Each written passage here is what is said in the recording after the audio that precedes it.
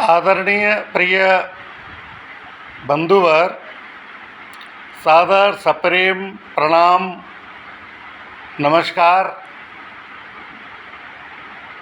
हमने पिछले दिनों गीता जी में कर्म योग, ज्ञान योग, भक्ति योग, इनके बारे में संक्षिप्त चर्चा की थी। फिर पिछले 2 दिनों में हमने कर्मयोग के कितने विभाग होते हैं, 2 विभाग, और प्रत्येक विभाग के कितने भेद होते हैं, 4 भेद, इन पर चर्चा की थी। आज हम पुनः वापस आते हैं उन्हीं कर्मयोग, ज्ञान योग और भक्ति योग पर पुनः चर्चा करने के लिए। तो कोई आचार्य पहले कर्मयोग को, फिर ज्ञान योग को, फिर भक्ति योग को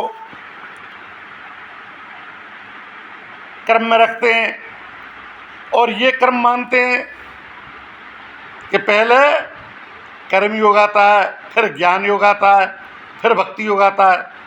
और कोई आचार्य पहले कर्म योग, फिर भक्ति योग और फिर ज्ञान योग का क्रम मानते हैं।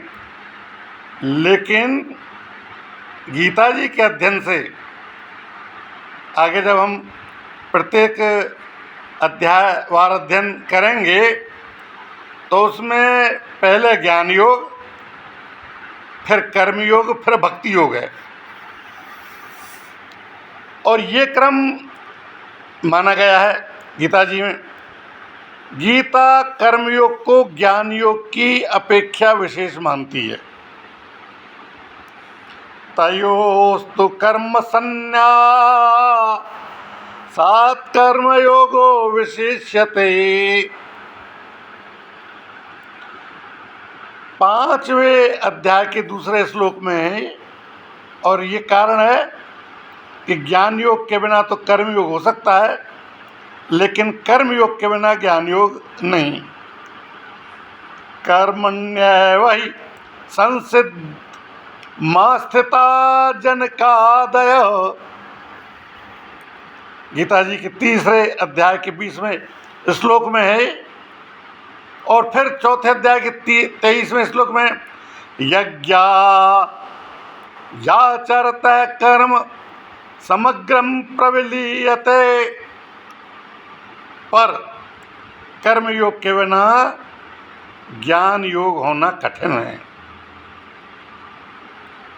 संन्यासस्तु महाबाहो दुःखमाप्नुत मम योगतः। 5वें अध्याय के 6वें श्लोक में कहा है। और श्रीमद् भागवत में भी पहले ज्ञान योग, फिर कर्म योग और भक्ति योग, इस क्रम को कहा गया है। लेकिन एक बात विलक्षण है कि गीता कर्म योग और ज्ञान योग पहले और पीछे कोई सा भी रहे, लेकिन दोनों को ही समकक्ष मानती है और लौकिक भी मानती है दोनों को। कैसे? लोकेस्मिन् द्विविधा निष्ठा। 3रे अध्याय के 3रे श्लोक में है। फिर आगे क्षर और अक्षर। क्षर यानी कि जगत और अक्षर जीव, ये दोनों ही लौकिक हैं। द्वाविमौ पुरुषो लोके क्षरक्षरा क्षरक्षरश्चाक्षर एव च। यानी गीता जी के 15वें अध्याय के 16वें श्लोक में अक्षर और क्षर के बारे में भी विस्तार से बताया है। लेकिन भगवान जो हैं वो अलौकिक हैं। उत्तम पुरुषस्तुन्य 15वें अध्याय के 17वें श्लोक में है ये बात। यानी भगवान उत्तम हैं, अलौकिक हैं। क्षर को लेकर के कर्म योग और अक्षर को लेकर ज्ञान योग चलता है। अतः कर्म योग और ज्ञान योग ये दोनों लौकिक हैं, लेकिन भक्ति योग चूँकि भगवान को लेकर के चलता है, इसलिए भक्ति योग कैसा है? अलौकिक है। तो इस प्रकार से हम देखते हैं कि क्रम चाहे कोई सा भी रहे, लेकिन अंततो गत्वा भक्ति योग ही सर्वोपरि है और वो अलौकिक है। क्यों है? कि भक्ति योग भगवान को लेकर के चलता है।